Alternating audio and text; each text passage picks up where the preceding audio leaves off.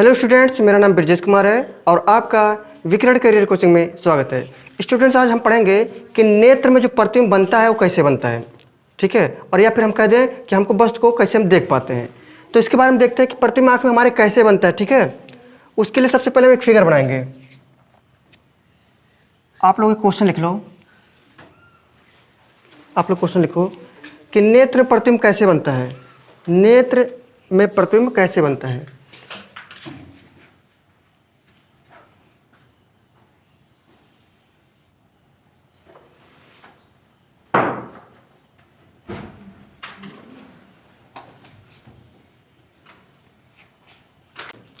तो देखिए स्टूडेंट्स, इसमें ये बताया गया कि प्रतिबिंब जो हमारी आंख में कैसे बनता है और हमको सीधा कैसे दिखाई देता है या फिर कह लें अस्पष्ट कैसे दिखाई देता है।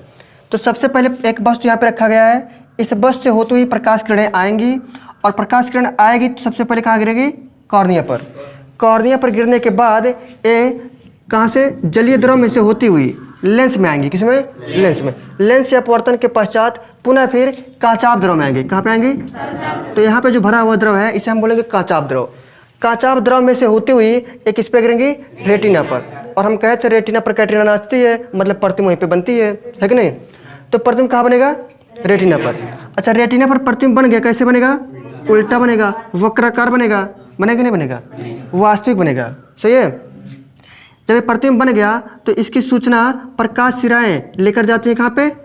माइंड में। तो प्रकाश सिराएं इस सूचना को लेकर माइंड तक लेकर जाती है, यानी मस्तिष्क में ले जाती हैं, और वहाँ पे बताती है कि प्रतिबिंब हमारा बन गया है। कैसे बना है? ऐसा कैलकुलेशन कौन करके दिखाता है? माइंड। कि भाई प्रतिबिंब हमारा सीधा बना है, स्पष्ट बना है। ये क्या है? उल्टा बना था यहाँ पे ना, और वक्राकार बना था। इसी की सूचना लेकर जब जाता है मस्तिष्क के पास, तो मस्तिष्क इसको अपने अनुभव के आधार पर जैसा है वैसा स्पष्ट दिखाता है। ठीक है, जैसा हमारा बस था वैसे ही दिखाएगा, भले यहाँ पर उल्टा बना था। कोई दिक्कत? तो यही है कि सबसे पहले कॉर्निया पर गिरेगा, कॉर्निया के बाद में कांचाभ द्रव में, कांचाभ द्रव में से अपवर्तन होगा तो लेंस में आएगा, लेंस से अपवर्तन होगा कांचाभ द्रव में, और कांचाभ द्रव में से रेटिना पर। प्रतिबिंब कैसे बनेगा? उल्टा, वास्तविक। इसकी सूचना कौन लेकर जाएगा? प्रकाश सिराएं लेकर जाएगा। किसके पास ले जाएगा? माइंड अपने अनुभव के हिसाब से जोड़ेगा, घटाएगा, गुणा भाग करेगा, और हमको कैसे दिखा देगा? सीधा और स्पष्ट। जैसा प्रतिबिंब बस था ऐसा प्रतिबिंब को मुस्कुराते हुए दिखा देगा, है कि नहीं। इसको कॉपी करो, यहाँ पे इसकी परिभाषाएं लिख दे रहे हैं। तो देखिए यहाँ पे इसकी हम परिभाषाएं लिख दिए हैं कि किसी वस्तु से चली प्रकाश किरणें, किसी वस्तु से होके प्रकाश किरणें जा रही हैं और कहाँ पे गिरती है? सबसे पहले कॉर्निया पर। तो कॉर्निया पर पहले गिरती हैं तथा अपवर्तित होकर, जब कॉर्निया पर गिरेंगी तो अपवर्तित होकर किस में जाएंगी? नेत्र लेंस में। नेत्र में प्रवेश करती हैं, फिर क्रमशः जलीय द्रव, क्योंकि कॉर्निया के जस्ट बाद में क्या होता है? जलीय द्रव। तो जलीय द्रव में पहुंचेंगी और उसके बाद लेंस से पहुंचेंगी। लिखा ना, देखिए जलीय द्रव, लेंस व कांचाभ द्रव में से होती हुई रेटिना पर गिरती है। तो सबसे पहले कॉर्निया है, कॉर्निया के बाद जलीय द्रव है, उसके बाद लेंस है, फिर कांचाभ द्रव है, उसके बाद तब पहुंचेंगे रेटिना। कितना जगह है? सबसे पहले आई कॉर्निया पे, कहीं हमको अंदर जाना है, ठीक है। उसके बाद जलीय द्रव है, इनसे भी मुलाकात होगी, उसके बाद लेंस है, उनसे भी मुलाकात हुई, उसके बाद लक्ष्य पे पहुंची है। सही है, रेटिना पर। तो रेटिना पर गिरती हैं। अच्छा, जब गिरते हैं रेटिना पर फिर क्या होता है? फिर भैया वस्तु का उल्टा वास्तविक प्रतिबिंब बनता है। कहाँ बनता है? रेटिना में बनता है। फिर लिखा है प्रतिबिंब बनने की सूचना प्रकाश सिरा द्वारा मस्तिष्क में पहुंचता है। ये प्रतिबिंब बन गया, इसकी सूचना कहाँ पे आती है? प्रकाश सिराएं। प्रकाश सिराएं लेकर कहाँ जाती हैं? मस्तिष्क में। और मस्तिष्क जो होता है उसे अनुभव के आधार पर क्या कर देता है? सीधा दिखाई देता है। जैसा है प्रतिबिंब वैसा दिखाता है। कोई दिक्कत? समझ में आएगा? पूरा लिख सकते हो। प्रोसेस है कि भैया सबसे पहले कॉर्निया पे, जलीय द्रव में, लेंस में, कांचाभ द्रव में, रेटिना पर। रेटिना से ये सिरा लेकर जाएंगी, सूचना हमको बताएंगी कैसा बन गया। ठीक है, ठीक। अब इसके आगे देखते हैं समंजन क्षमता। देखिए अगला हेडिंग है नेत्र लेंस की फोकस दूरी तथा समंजन क्षमता। हम इसको बताए थे कि जो अपना नेत्र लेंस है यहाँ पे, ये अपने आवश्यकता के अनुसार पतला व मोटा हो जाता है। ठीक है, पतला मोटा होगा तो फोकस दूरी में परिवर्तन होगा। तो फोकस दूरी में परिवर्तन होता है। अच्छा, ऐसा क्यों होता है कि अपने आप पतला होता है, मोटा होता है? क्यों होता है? क्योंकि किसी वस्तु को कभी कभी होता है हम लोग साफ नहीं देख पाते हैं, तो उसमें क्या होता है? ऑटोमेटिक आँख को ऐसे सिकोड़ते हैं। ठीक है, यानी हम लोग प्रयास करते हैं साफ साफ देखने का, तो पश्चिमा पेशियाँ आवश्यकता के अनुसार इसको पतला कर देगा, मोटा कर देगा, जैसा आवश्यकता रहेगा। तो ये ऑटोमेटिक हो जाता है। इसी को नेत्र लेंस को पतला मोटा करने की जो क्षमता होती है उसी को समंजन क्षमता कहते हैं। कौन करता है? पश्चमाभ पेशियाँ। यहाँ पे जो वाला प्रोसेस है, ये वाला भाग, इसी को कहते हैं पश्चमाभ पेशियाँ। कभी कभी इसी को बोला जाता है मांसपेशियाँ भी बोला जाता है, ठीक है। कहीं कहीं पे लिखा है मांसपेशियाँ। तो इसी का हम परिभाषा यहाँ पे लिखने वाले हैं। कोई दिक्कत? समझ में आया होगा। देखो सबसे पहली बात हम जो लिखा है नेत्र लेंस की समंजन क्षमता, ये होता क्या है कि यही अपना लेंस जो होता है यही पतला होता है, कभी मोटा होता है। जब बस साफ साफ नहीं देख पाता है तो ऑटोमेटिक हम लोग आँख को सिकोड़ते हैं, ऐसे करते हैं, ठीक है। तो यही हमारा क्या हो जाता है नेत्र लेंस की समंजन क्षमता। और यहाँ पे हम इसका प्रोसेस बढ़िया से लिखे हैं। जब नेत्र किसी समीप की वस्तु को देखता है तो मांसपेशियाँ या पश्चमाभ पेशियाँ सिकुड़कर लेंस तलों की वक्रता त्रिज्याओं को छोटी कर लेती है। अच्छा देखो, जब पास बहुत ज़्यादा पास कर देते हैं कोई वस्तु तो हमको साफ साफ नहीं दिखता है, ब्लर दिखता है। और दूर कभी हमको ब्लर दिखता है, साफ साफ नहीं दिखता है, ठीक है। तो इसको हम क्या करते हैं? साफ देखने का प्रयास करते हैं। तो लिखा है जब नेत्र लेंस या फिर जब नेत्र किसी समीप की वस्तु को देखता है, यानी बहुत पास वाले को देखता है, ठीक है, तो मांसपेशियाँ या पश्चमाभ पेशियाँ, मांसपेशियाँ कौन है? ये पश्चमाभ पेशियाँ, ठीक है, सिकुड़ कर लेंस की तलों की वक्रता त्रिज्याओं को छोटी कर देती है। इसकी जो नेत्र लेंस की वक्रता त्रिज्या है वो छोटी कर देती है। कौन करता है? पश्चमाभ पेशियाँ छोटी कर देती है। इससे नेत्र लेंस की फोकस दूरी कम हो जाती है। जैसे उसकी वक्रता त्रिज्या छोटी हुई, अब फोकस दूरियाँ कम हो जाती है और वस्तु का अस्पष्ट प्रतिबिंब पुनः रेटिना पर बन जाता है। अच्छा, जब साफ साफ नहीं देख पाते हैं इसका मतलब ये है कि हमारा रेटिना पर प्रतिबिंब नहीं बन रहा है। कभी वो थोड़ा सा पास बन जाएगा, रेटिना से पहले बन जाएगा, या तो कभी थोड़ा सा आगे निकल जाएगा, ठीक है, ऐसा होने लगता है। इसी की वजह से साफ साफ दिखता नहीं है। और जैसे ही हमारा पश्चमाभ पेशियाँ अपने आप को बैलेंस करती है कि लाओ इसको पतला कर दें, मोटा कर दें, तो हमको तुरंत प्रतिबिंब क्या बनता है? रेटिना पर। तो साफ साफ दिखाई देता है, क्योंकि रेटिना पर बनेगा तभी दिखाई देगा। रेटिना से पहले बन जाएगा तब वो नहीं साफ दिखाएगा, और दूर बन जाएगा तभी। अभी हम पढ़ेंगे निकट दृष्टि दोष, दूर दृष्टि दोष। तो उसमें ही होता है, कभी पहले बन जाता है प्रतिबिंब और कभी दूर निकल जाता है, तो इसलिए हमको साफ साफ नहीं दिखता है, ठीक है। तो पुनः क्या बनता है? रेटिना पर। अब यही देखिए परिभाषा में है, समंजन क्षमता की परिभाषा यहाँ पे लिखा गया है कि नेत्र लेंस द्वारा अपनी फोकस दूरी को आवश्यकता के अनुसार, नेत्र लेंस द्वारा अपनी फोकस दूरी को आवश्यकता के अनुसार परिवर्तित कर लेने की जो क्षमता है वही क्या है? नेत्र की समंजन क्षमता। इसी को बोलते हैं पावर ऑफ एक्मोडेशन। मेन परिभाषा आपका यहाँ पे है, नेत्र लेंस द्वारा अपनी फोकस दूरी को, इसी नेत्र लेंस की फोकस दूरी को अपने आवश्यकता के अनुसार परिवर्तित कर लेना। जब मर्जी कहे पतला हो जाए, जब मर्जी हो ज़्यादा हो जाए। और पतला मोटा होने से क्या होगा? उसकी जो फोकस दूरी कम होगा, कभी ज़्यादा होगा। ऐसा अपने आप होता है। कौन करता है? पश्चमाभ पेशी। तो ऐसा हो जाता है, उसी जो अपने आप में हो रहा है उसी की क्षमता को क्या बोलते हैं? समंजन क्षमता, दत्तमंजन क्षमता, ठीक है। समझ में आया होगा। नेत्र लेंस की जो फोकस दूरी है वो अपने आप परिवर्तित हो जाती है, और वही अपने आप परिवर्तित करने की जो क्षमता है उसके अंदर वही है समंजन क्षमता। समझ पाए हो? आया कि नहीं? ठीक है, तब उतारो।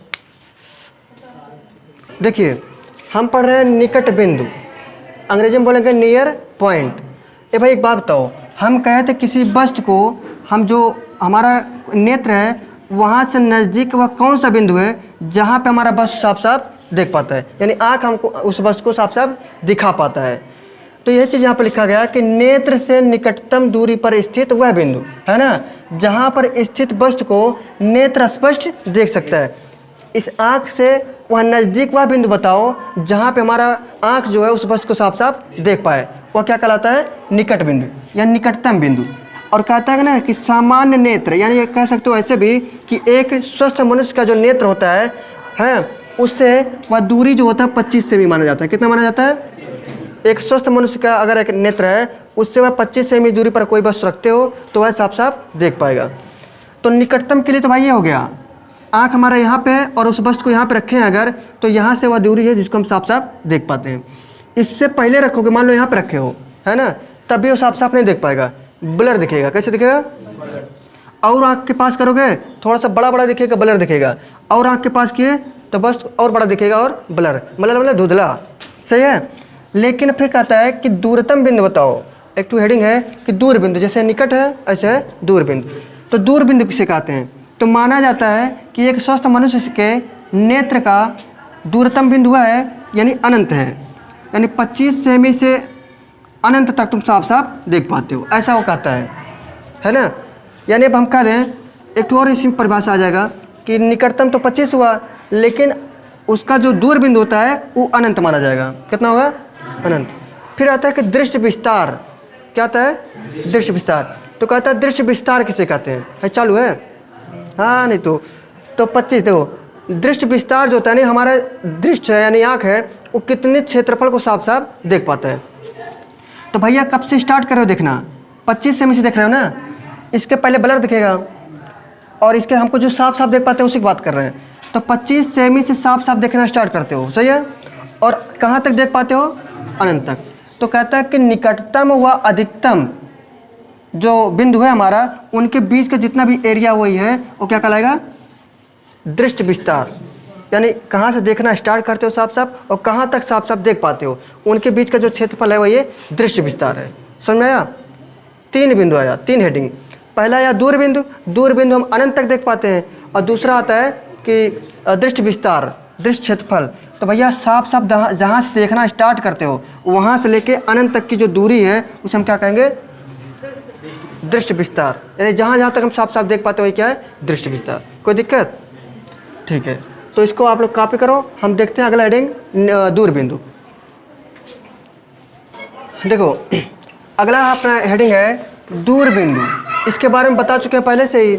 बताया गया कि नेत्र से दूरतम वह बिंदु, नेत्र से दूरतम वह बिंदु जिसे नेत्र स्पष्ट देख सकता है, दूर बिंदु यानी फार पॉइंट कहलाता है।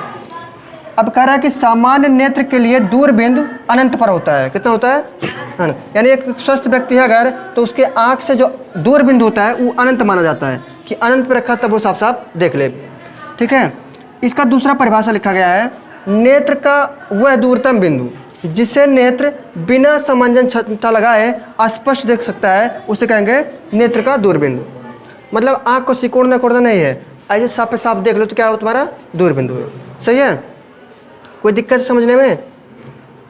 तो भाई वही है कि अगर तुम दूर की कोई वस्तु को साफ साफ देख पाते हो तुम्हारा वही दूर बिंदु हुआ। और जो निकट होता है वो 25 सेमी। 25 सेमी और अनंत, इनके बीच में जितना क्षेत्रफल होता है उसे दृष्टि विस्तार कहते हैं। सही है? कहाँ से साफ साफ देखना स्टार्ट करते हो, कहाँ तक देख पाते हो, वही तुम्हारा क्या होगा? दृष्टि विस्तार। तो अगला हेडिंग है दृष्टि विस्तार। इसको कॉपी करो।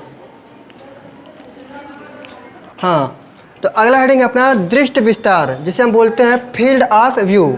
ठीक है, कारण नेत्र के निकटतम तथा दूर के बिंदु को दृश्य विस्तार कहते हैं। यह 25 सेमी से अनंत तक होता है। तो भैया 25 सेमी यहाँ पे है ना, यहाँ से यहाँ तक की दूरी 25 सेमी और यहाँ से लेके पूरा करा है अनंत तक। इनके जो बीच की जो दूरी है यही तुम्हारा क्या हो गया? दृष्टि विस्तार। क्या बोलेंगे इसी को? दृष्टि विस्तार।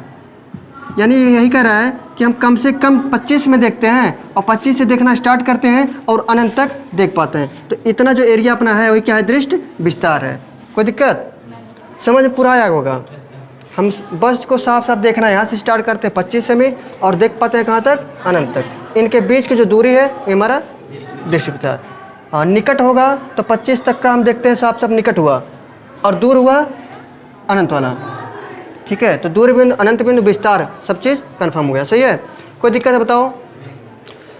हाँ, तो यदि हमारा वीडियो आपको अच्छा लगा, ठीक है, तो देखते रहिए और मिलते हैं अगले वीडियो में। तब तक के लिए हंसते रहिए, मुस्कुराते रहिए। जय हिंद।